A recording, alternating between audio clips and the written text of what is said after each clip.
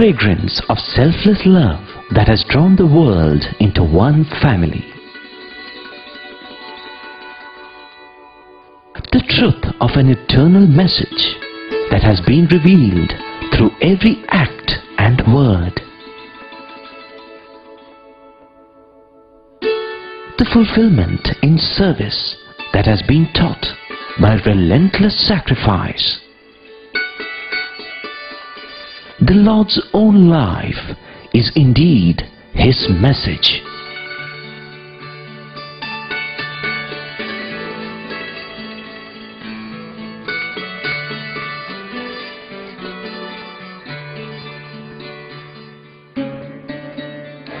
Sai Ram, and a hearty welcome to our viewers from all over the world.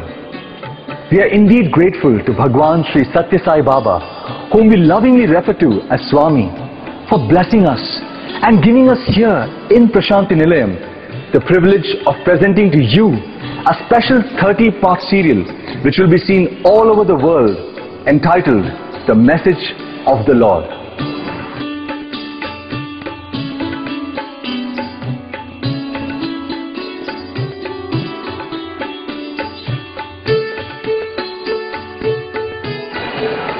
We all love our beloved Swami and never fail to hail him as the perfect embodiment of pure and unsullied love.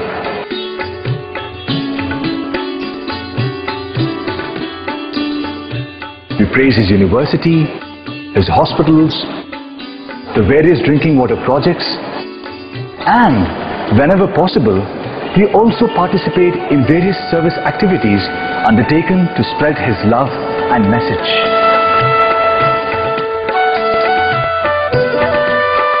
All that is laudable, of course, but how many of us can truly say that we really understand Swami's teaching and what it means to the future of humanity as a whole?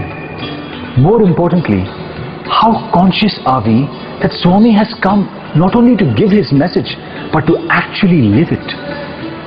If only humanity were to take his message more seriously in all its aspects, it could save itself from the disaster it faces in the shape of climate change, terrorism, mass poverty and whatnot. If only we are aware that Swami's teachings and message that he has been giving tirelessly for over the past 70 years, literally non-stop, can actually usher in an era of world peace and global harmony. However, even if you're not familiar with all this, there is no cause for worry, because starting today, we're launching this special teleseries which would help you know what you might have missed thus far. And when we are through with this, we are certain that you will be convinced that Swami's message can truly save us and the whole world at large. You would also realize that his message is the most precious gift that Swami has given humankind for now and forever. Today is the 20th of October in the year 2010, or as we say in India, 2010.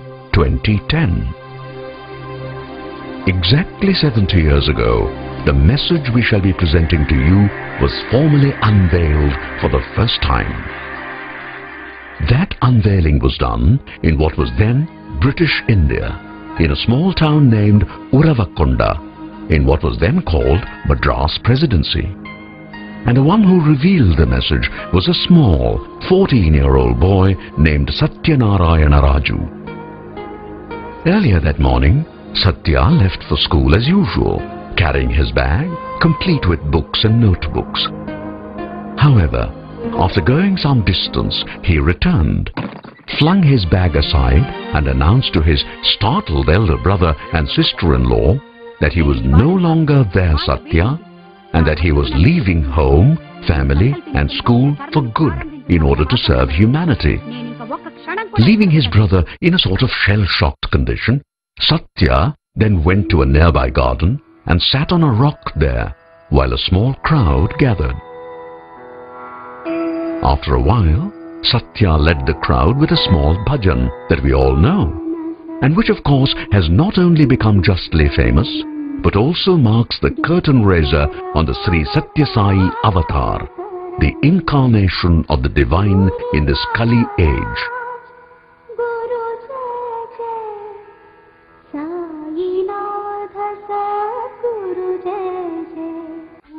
All that happened on 20th October 1940. To appreciate the significance of that event, we need to go way back to the year 1926, to the small and little-known hamlet called Puttaparthi. Here, in this house in Puttaparthi, in the early hours of 23rd November 1926, was born a little boy, the same boy whom we saw earlier. This boy, whose full name was Sathya Raju, was the grandson of one Kondamaraju. His father was Pedda Venkamaraju, while his mother bore the name Ishwaramma. The Rajus were no doubt poor, but their moral stature was so high that all of them, Patriarch Kondamaraju in particular, commanded great respect amongst everyone in the village, both the rich and the poor. It was clear, right from birth, that there was something most unusual and extraordinary about young Sathya. In age and size, he was just another boy, but in all other respects, he was different. He was mature, far beyond his age, and had a mystical and divine aura about him. Particularly noteworthy was his deep sense of compassion. Poor though his family was, he would readily serve food to the hungry. When his mother said that they barely had enough food for the family, Sathya would reply that when the beggar ate, it was the same as him eating the food. Understandably, Ishwaramma was baffled, but she began to sense that Sathya was different. As a young lad, Sathya gathered boys like himself and formed a bhajan group that not only became the talk of the town, but also evoked great admiration amongst the villagers.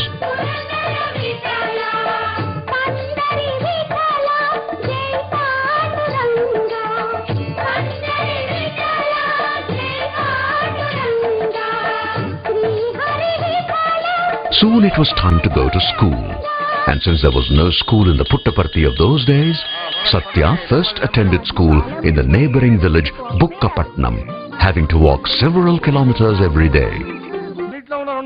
Sathya proved to be such a brilliant student that his elder brother Seshammaraju insisted that young Sathya come with him to a town called Kamalapuram to study in the school where Seshamma was receiving training to be a teacher. And so Sathya went to Kamalapuram to stay with his brother and study in the school there. Life in Kamalapuram was hard, with young Sathya being burdened heavily with a lot of household work. His daily chore included bringing drinking water from a distant well, which was the only well that supplied potable water. As in Bukkapatnam, Sathya excelled in school, becoming the favorite of both teachers and students as well. In a few years, once Seshammaraju completed his training in Kamalapuram, he moved to Uravakonda to join in the high school there as a teacher, and he took Sathya along with him.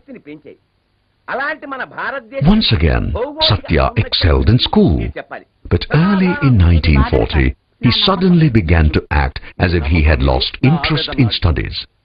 One thing led to another, and finally, as we saw earlier, on 20th of October 1940, he declared that the world was his home, that humanity was henceforth his family, and that his entire life would henceforth be dedicated to the service of humanity. When news of this reached his parents back home, they both were shocked and rushed immediately to Uravakonda to plead with Sathya to change his mind.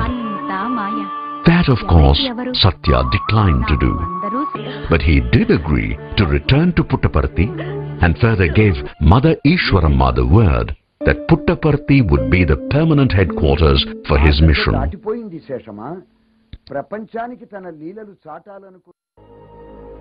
Despite its remoteness, news about a saintly boy with miraculous powers quickly spread, and slowly but surely people came from many places to Puttaparthi to have his darshan. There being no space for this in the house in which he was born, for a while Swami used the adjacent building, which was the residence of his neighbor Karnam Subbamma, who was almost his second mother. It soon became necessary to have a separate accommodation, which was set up in a piece of land donated by Karnam Subbamma. Thus came into existence the famous Pata Mandiram, or the Old Mandir. Many other remarkable leelas or miracles that Baba performed during this phase of his avatarhood. Typically, these experiences were given to devotees in the evening, when he took them out to the sands of the Chitravati river for an extended bhajan and chat session. Not many had the good fortune of seeing them, but among the blessed few who did, some have recorded for posterity what they saw. One such is Mrs. Vijaya Kumari, who at the time she witnessed these incredible leelas of God was a young girl. Those leelas made a deep impression on her, and even now, 60 years later, she is able to relive every single one of those precious moments. Here is Mrs. Vijay Kumari's description of a truly awe-inspiring leela that she witnessed during the Pata Mandiram days. One day in 1947, we went with Swami to the Chitravati river. All of a sudden, he disappeared from our midst. We then heard his voice which said, "I am here on the hill, and I am going to now show you all Surya Darshan, the vision of God as Sun." We began to wonder. It is past 6 in the evening and the sun has already set. And now Swami is saying he would show us the sun. That was when we began to laugh. Just then we began to see a pink light behind Swami. Quickly pink turned into red and we began to feel very hot. The heat made us sweat profusely and was unbearable. At the same time, the scene we saw was beautiful, indeed beyond description.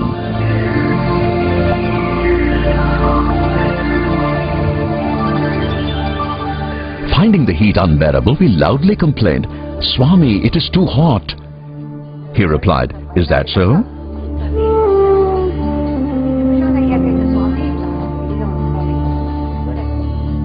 And then slowly the heat began to decrease when Swami suddenly announced, "I am now going to show you the moon."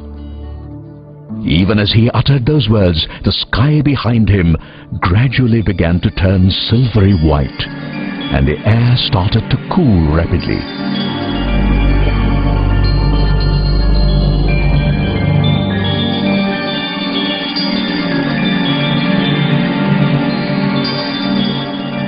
Soon we began to feel very cold and started shivering.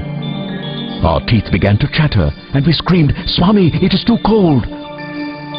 Taking pity on us, Swami made the chill disappear, after which he said, "I am now going to show all of you the third eye. Watch carefully and don't look here and there." As we stood there watching his full form, we suddenly saw only his face, huge in size, filling the entire sky. Even as we were watching all this with awe and wonder, an orifice appeared in between his eyebrows, from which flew giant sparks and huge flames.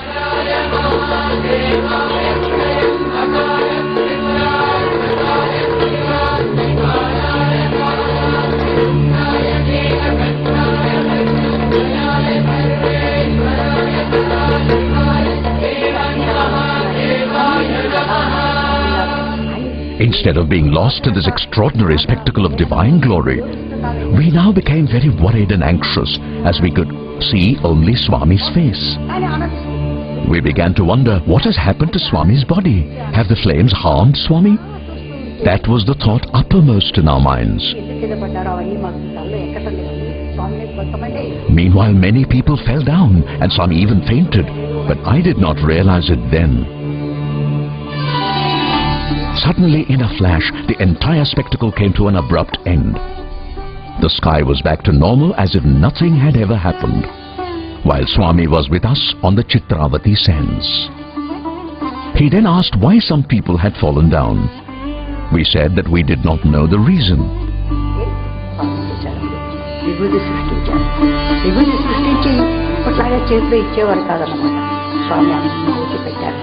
Swami then created sacred ash or vibhuti and applied it to everyone's forehead.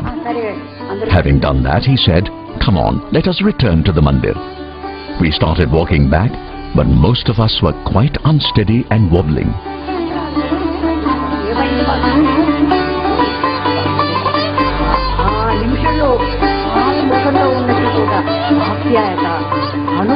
Back in the mandir, with much love, Swami said, "Today I have granted you the blessing of Trinetra Darshan, the vision of the third eye, for which you all have been pining in many previous births.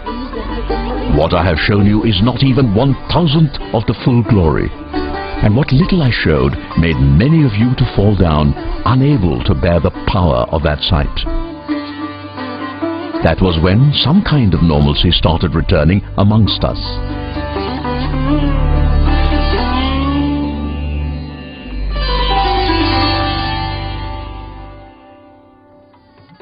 Word quickly began to spread, and many took the trouble of coming all the way to Puttaparthi to have the darshan of young Baba, despite all the difficulties of reaching that place. This included some of the elite of big cities like Bangalore, Hyderabad and Madras, now called Chennai. Indeed, even the Maharani of Mysore came several times, although she had to walk across the sands of the Chitravati river, since there was no direct road as yet to Puttaparthi.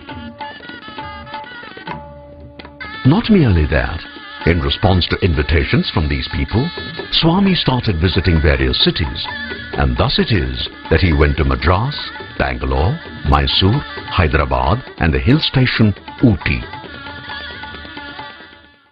Elder brother Seshamaraju, already much disappointed by his brother's decision to drop out of school, was now deeply concerned. Not yet fully aware of Baba's divinity, he began to worry about the impact of the attention that his younger brother was receiving, especially in the press. In May 1947, Seshama wrote to Swami conveying his anxiety.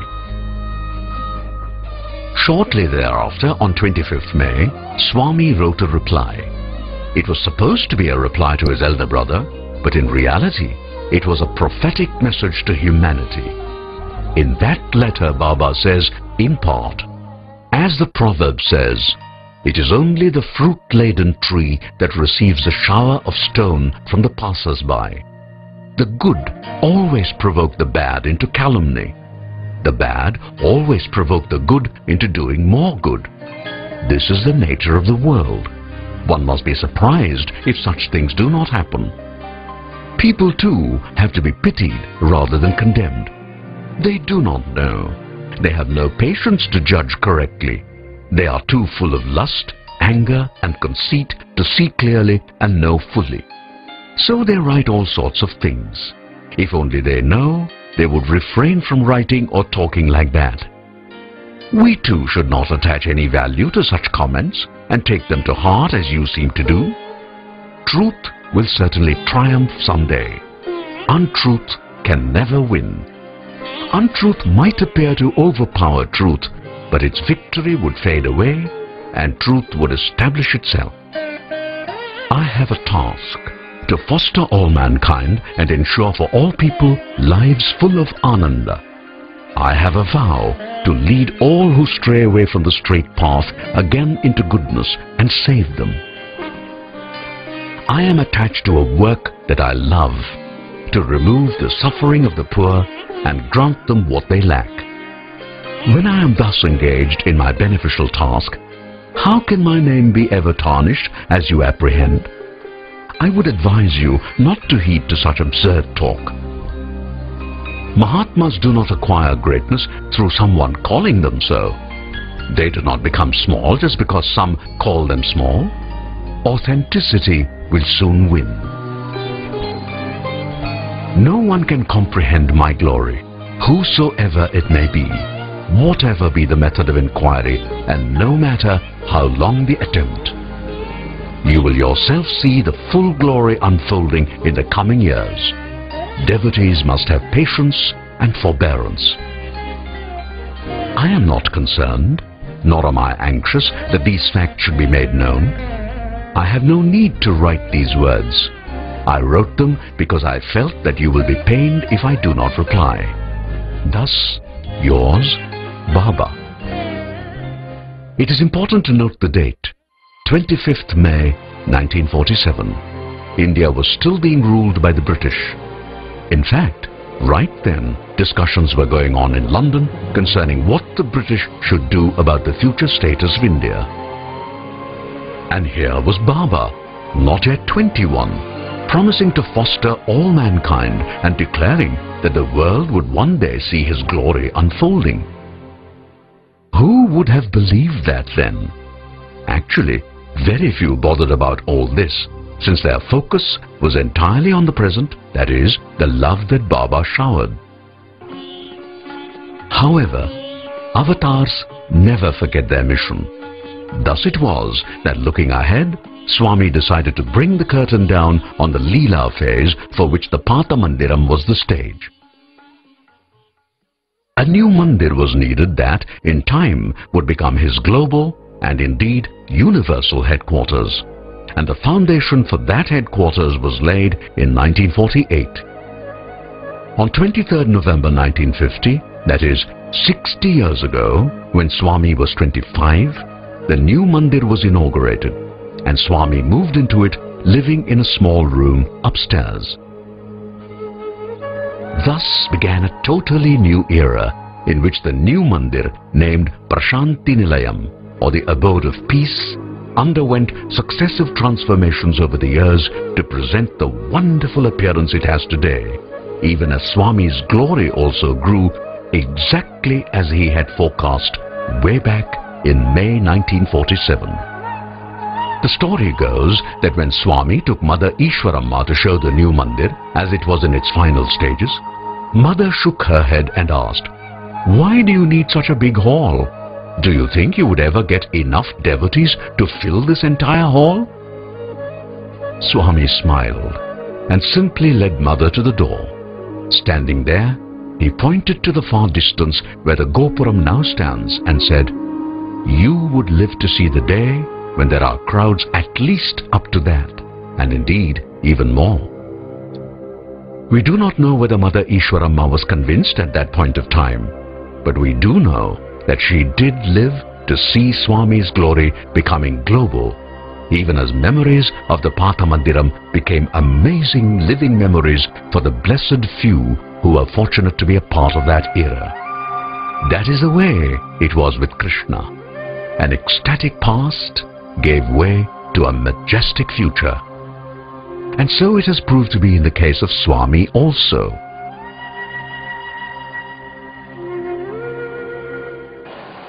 We shall follow up on that part of the story tomorrow in our next episode. Meanwhile, thank you for being with us, and we hope that you enjoyed our presentation. Do join us again tomorrow for the continuation of this serial. Jai Sai Ram.